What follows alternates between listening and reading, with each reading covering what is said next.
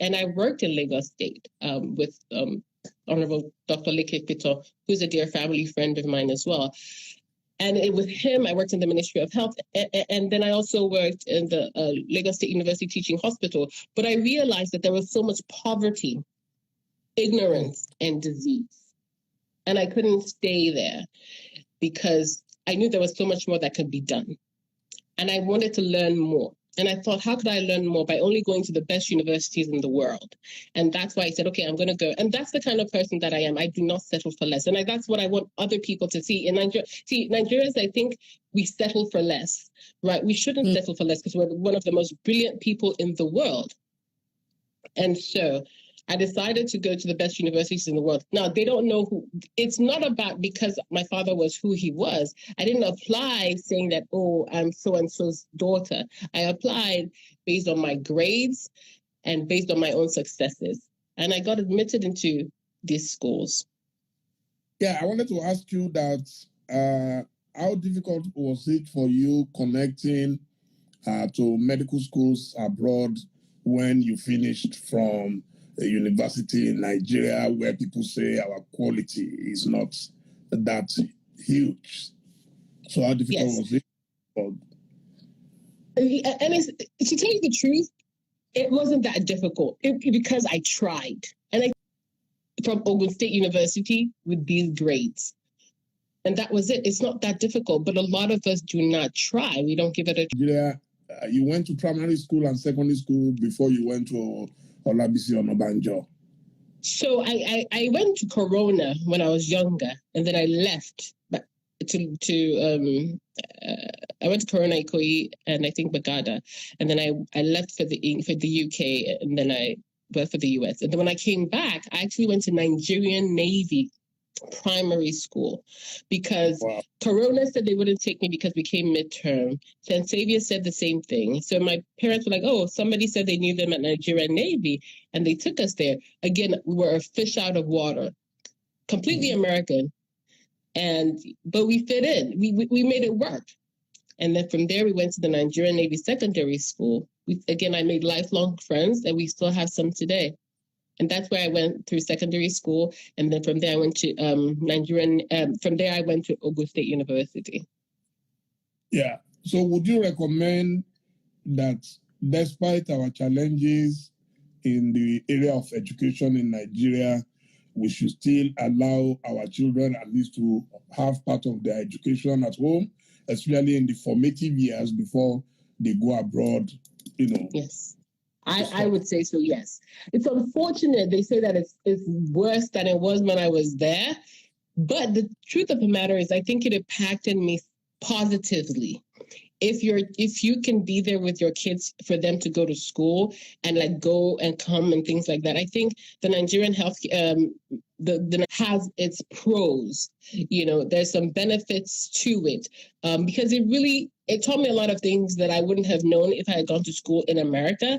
Education-wise, for like mathematics and mathematics and science, I think it was pretty top-notch because, like I said, I came here.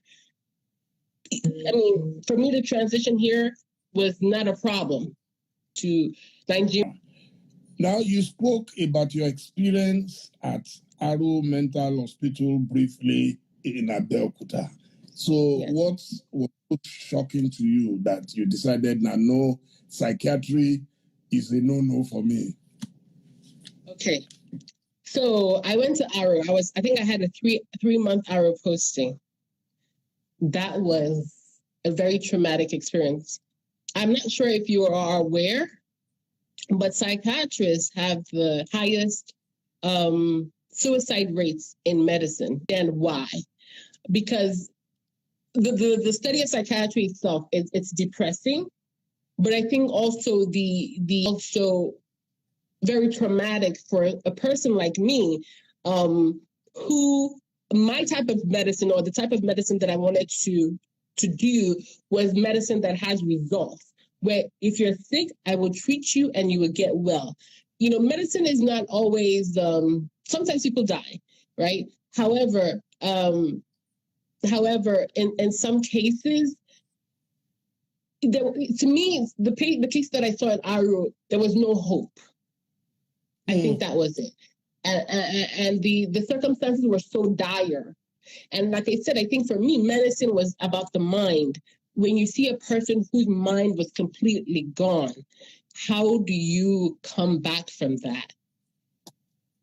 You know, if you don't know God, go to Aro.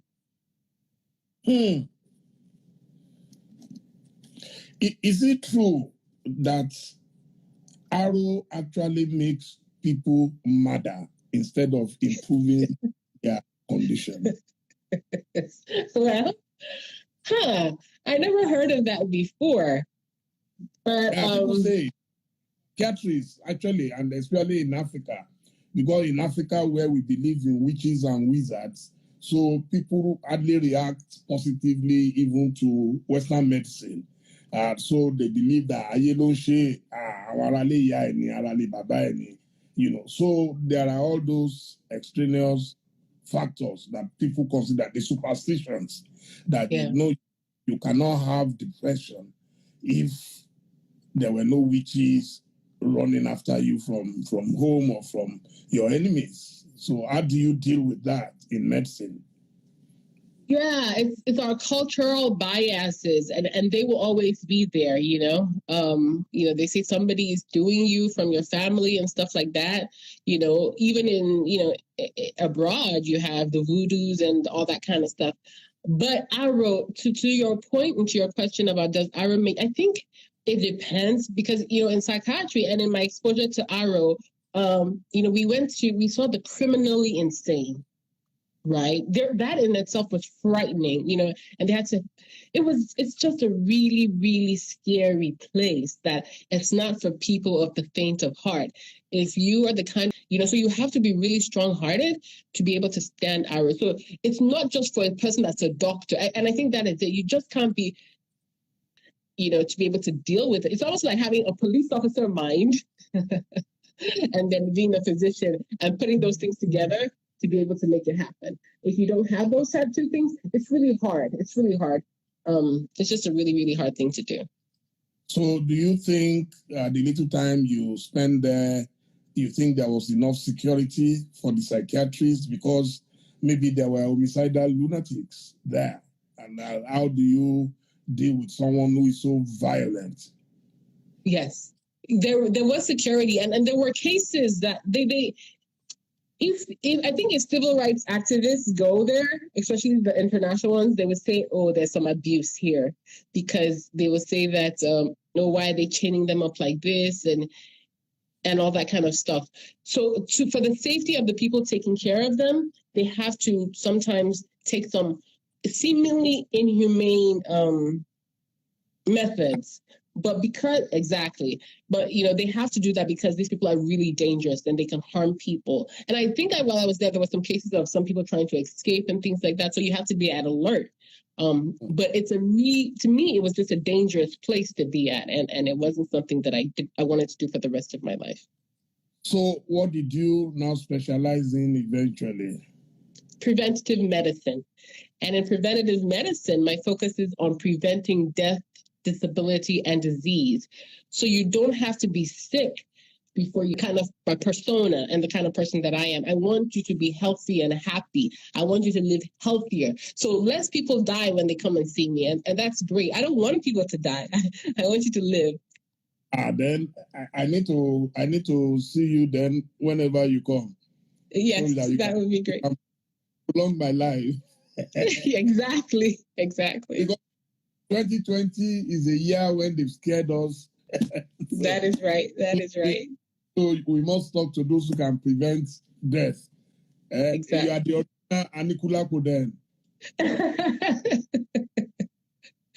Yes, sir. So let's give us a view about how you prevent death. Okay, thank you. So you see, a lot of people, right, and it's so important. So my husband and I studied Magna Carta Health, where our focus is on preventative medicine. And we brought that to Nigeria about 6+ years ago because we realized that Nigerians do not focus on preventative health. We focus on sick health, right? When you're sick that you go and see a physician. And that is not optimal, because when you do that, you already have a problem and the outcome is going to be A or B. So either you're going to usually better, or you might have the best outcome. And so that's what we do, right? And we're trying to change people's mindset, right? That you don't have to be sick. And it's cheaper for you, because another thing that bothers Nigerians, and we need to pay attention to, that there's several determinants of health. There's the social determinants of health. We focus on money, the ability to pay for health. Because if you're hungry, you will say, should I eat or should I go and see a doctor? But if you eat, right, today, and you're sick, you will die tomorrow. It's important for you to understand the value of seeing a healthcare professional when you are not sick. Right? Because it's not about food. It's not about going to parties or living life or having fun. It's about making sure that you're healthy. And so that's what we try to do. We try to educate people to say that, hey, when was the last time you... I'm asking you, when was the last time? Oh, I would say maybe over 3 months. Okay, so you are so at least you see a doctor once because of your exposure. In fact, it's COVID that has made it difficult, because my doctor is Ghanaian. Okay. But the good thing is that we are able to talk on Zoom. We are able to, to discuss. I've been very fortunate. It's just that there are pending tests that I would have wished to have done, So, but now that so far so good, I've never slept 24 hours in any hospital in 60 years. So wow. I think practicing, I've never 24 hours in a hospital, no. So I'm practicing what you are saying, and the way to do it is to make sure that you speak to your doctor regularly, you do your tests. So even if I do a test in Nigeria, I can send it to him, he will check it, and then we'll discuss. But I've been very fortunate so far. Thank you. In fact, I think we need to work together so that you can help us promote preventative health, and that is it, right? But you see, you understand the value of preventative health and why it is so important. I was talking to a relative of mine, and she was telling me how her son, and I hope I can share. Well, I'm not mentioning her name. How we need to focus on the right things, right? Even the government, there are little things that we can do.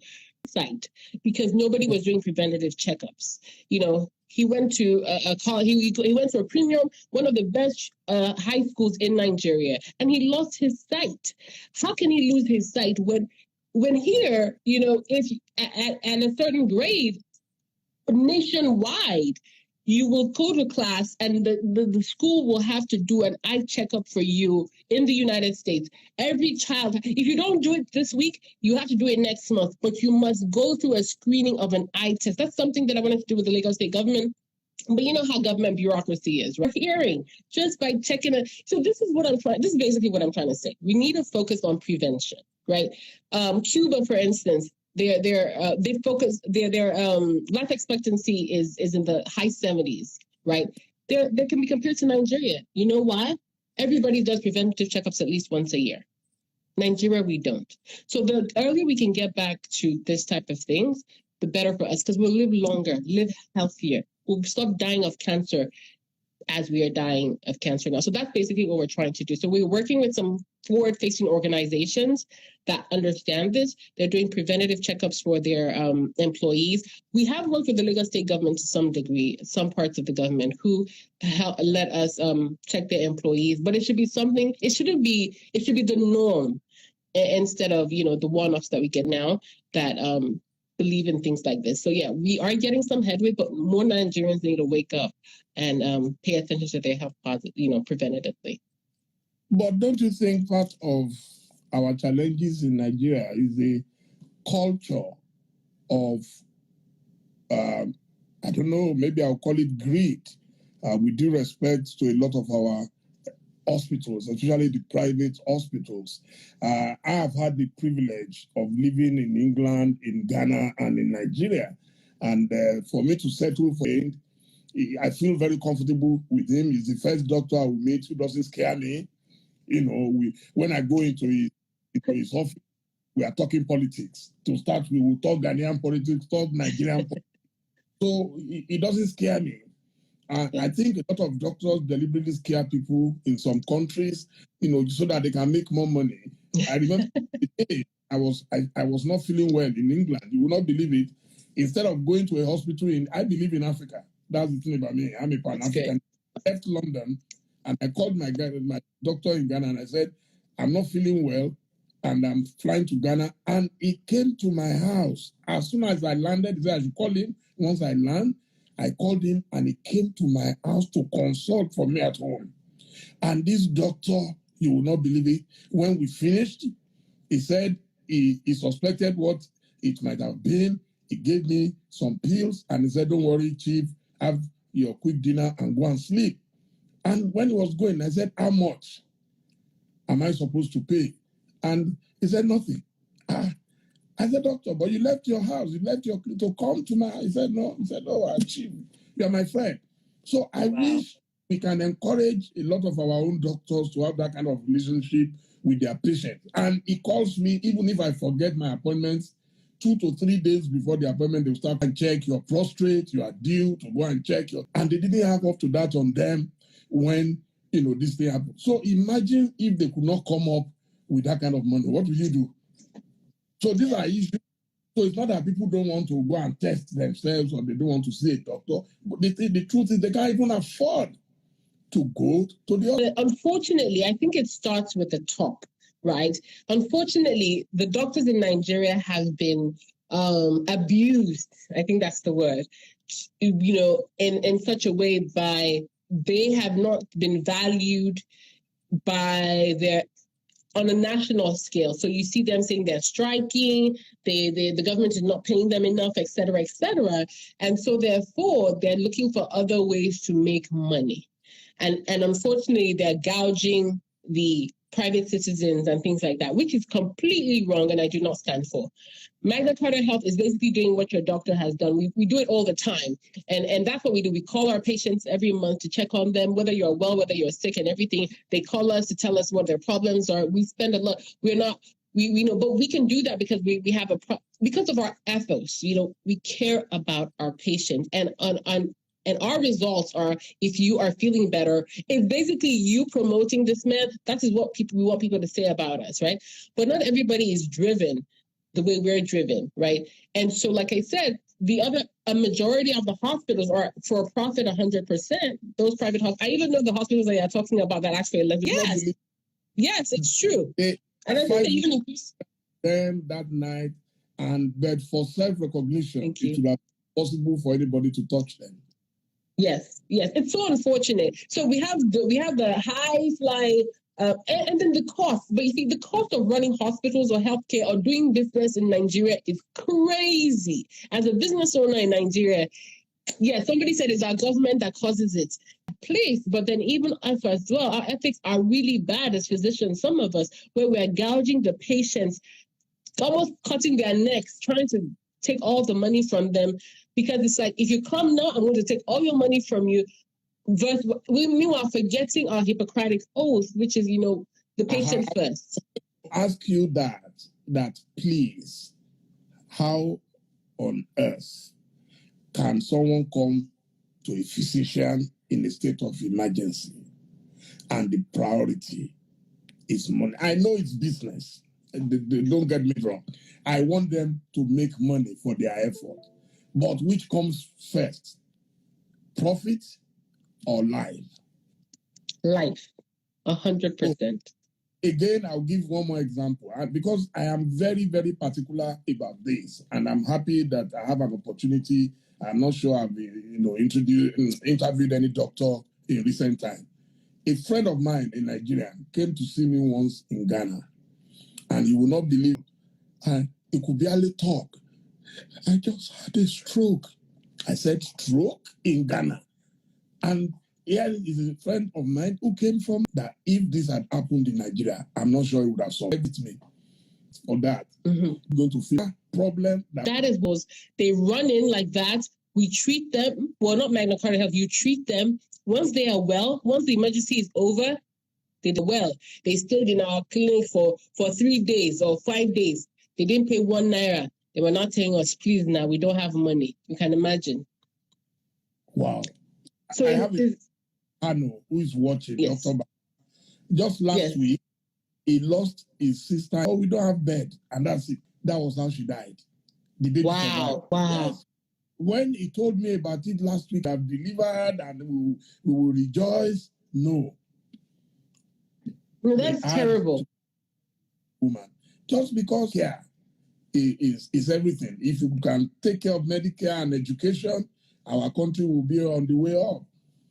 I completely agree. But again, we need to do something. People die on our watch because that's what is happening. We can't let that continue. I completely agree with you. Well, you won't believe it. We've done about 48 projects so that we don't waste the entire night speaking about the problems of Nigeria. Wherever 2 or 3 Nigerians gather, they are speaking. That is right. Yes. So mentoring her, and like you said, that's what I'm working on right now. It started because, and the conversation led to the fact that who are my mentors? And my mentors were mostly men, professor this, doctor that. There's nothing wrong with that. But it led to a bigger conversation that said, society, right? And because we want to mentor other women, we're using technology, networking platform, where women can connect with other women for mentorship. So you go to www.mentoringher.com. and you apply. So it's not an all-comers. You have to apply. And if you apply and you meet certain eligibility criteria, you're allowed to join a matching quiz. And that quiz is an algorithm that matches you with the right person that suits whatever you're looking for. So if you're looking for a mentor you on entrepreneurship, you're looking for a mentor to academia, if you're looking for a mentor to help you in the banking, you don't even know how to go about it. Like, okay, they want to give some of their time. So they go there, they sign up as a mentor, and they wait for somebody to connect with them to ask them to be their mentor. Nigerian and American, I decided to women in Nigeria validation, everybody that's going to judges on October further. And pretty much that's what it's about. So the pitchathon, today is actually the last day to apply. So if you haven't applied, if you know somebody who has an ongoing business that is amazing or that just needs some money before the end of tonight's, People are asking me. mentoringher.com. Mentoringher.com. Okay. HER, yes. Mentoring HER. Pitchathon 2020. And then also register for the event. Okay. And you said the event is in October? October 10th, 2020. Yes. It's going to be a virtual event. So register. You can also register for the event on the website. On the website. Okay. Yes. Fantastic. So tell us about your work in the Magna Carta Health, right? But what I do is I'm like, I am the CEO. My husband is the CEO, and my vision, my work is a lot of strategic.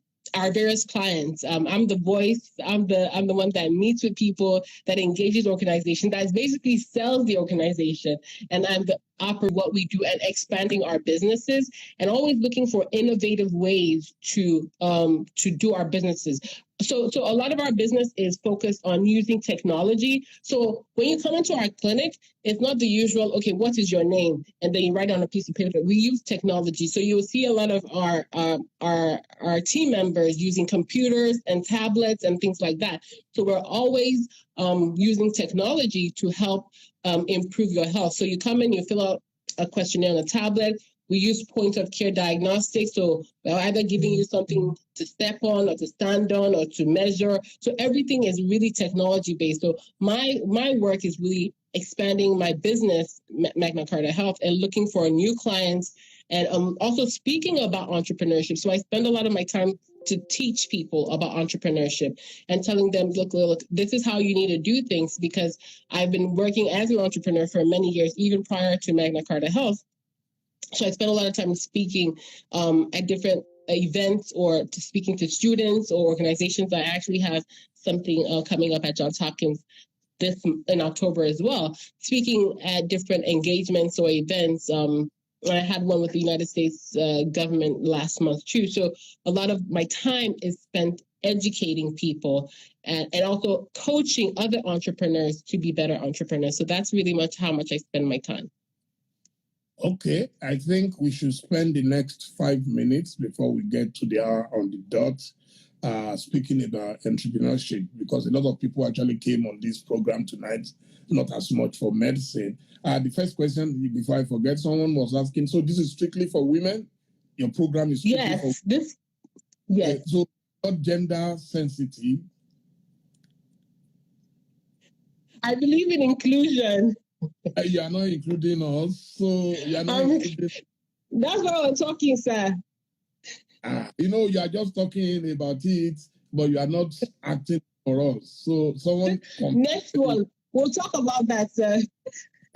You see, when it is our own turn, when we pick all the men, you will fight us that we're not sensitive. There is no inclusion. I'm just pulling your legs. So about the entrepreneurship things, can you give us? I believe that everything has a process and procedure. Just you use procedure in medicine. We talk about the process. So what are the processes that one needs to take to become a successful? Right? Having a great idea. A great idea doesn't mean it has to be one high-falutin, never thought of idea. No. It just has to be something that is great, not just only to you, but to other people as well. And it should be a pain point. If it's a pain point to you, it should be a pain point to somebody else, right? That means it must be something that you try to do, you try to achieve, but you couldn't achieve it for one reason or the other. And then you go and find the solution to make that happen. Those are always one of the best ideas. Or you get an idea that has been done somewhere else in another country, and you come and do it in your own country. That is also a great thing to do. So an idea doesn't have to be completely novel. The novelty is doing it in a new place, being the first to do it where you are. Chief Momodu, you are an entrepreneur, right? You're a celebrated journalist, but what you do is there's so many journalists, but the difference between you and a regular journalist is you have built an empire, a media empire, and that is entrepreneurship. Having a vision, you have to know where you're trying to get to. So you have to know the end result, and so you can go. If you don't have a vision, you're not going to go anywhere. So having an end result, and then identify, like working from the answer, right, and getting back to where you're trying to get. So creating, it's one thing to be able to speak. Remember, so Ovation TV, what is it about? It's about celebrating amazing talents. It's about celebrate that is what it is. You have to be able to create it and show it to people, and so that people will see the value. So you have to be able to show something that people can relate to and understand. And then you need to validate your idea. Validating your idea means that you need to get somebody to say that, oh, this is a great idea. So it's not just you saying that this is a great idea. You need to show somebody else that says, hey, Chief Momodu, what do you think of this? Will you pay me for this? Or will you do it for free? And talk to other people about it. So those are just a few points that it takes to go into entrepreneurship. Wow, thank you so much. I think finally for the women, I have seen so many examples where I expect women to understand their fellow woman, and they just refuse. The first time was Hillary Clinton. A lot of women let her down, while some of us male feminists were busy supporting her. The women, oh, she's horrible. Oh, she's terrible. And there was another I got involved in last week, a lady called Erica on Big Brother. Why are you supporting her? Who is she? She is this. And they called her unprintable names. And I expected them to see that, hey, this woman must have suffered something in that house. And nobody was ready to look at even whether it was a medical condition, whether it was a psychological breakdown. Nobody was ready to look at this based on an action of the moment. Until today, you will not believe it. The people who have the hottest arguments with me are women. So that's why I'm asking you that maybe. So I don't want you to be political about it. But I think great women support women. Great women support women. Yes. Okay, and so the ones who don't support women. I'm going to say about it, because there's no reason why we can't support one another. And when you ask me the first time, I'll say, when you say women are their own worst enemies, I'll say no, because I support women. So there's no reason, and there's no matter who the Eric said, no matter we protect our own. That's how it should be. No matter what they have done, we should protect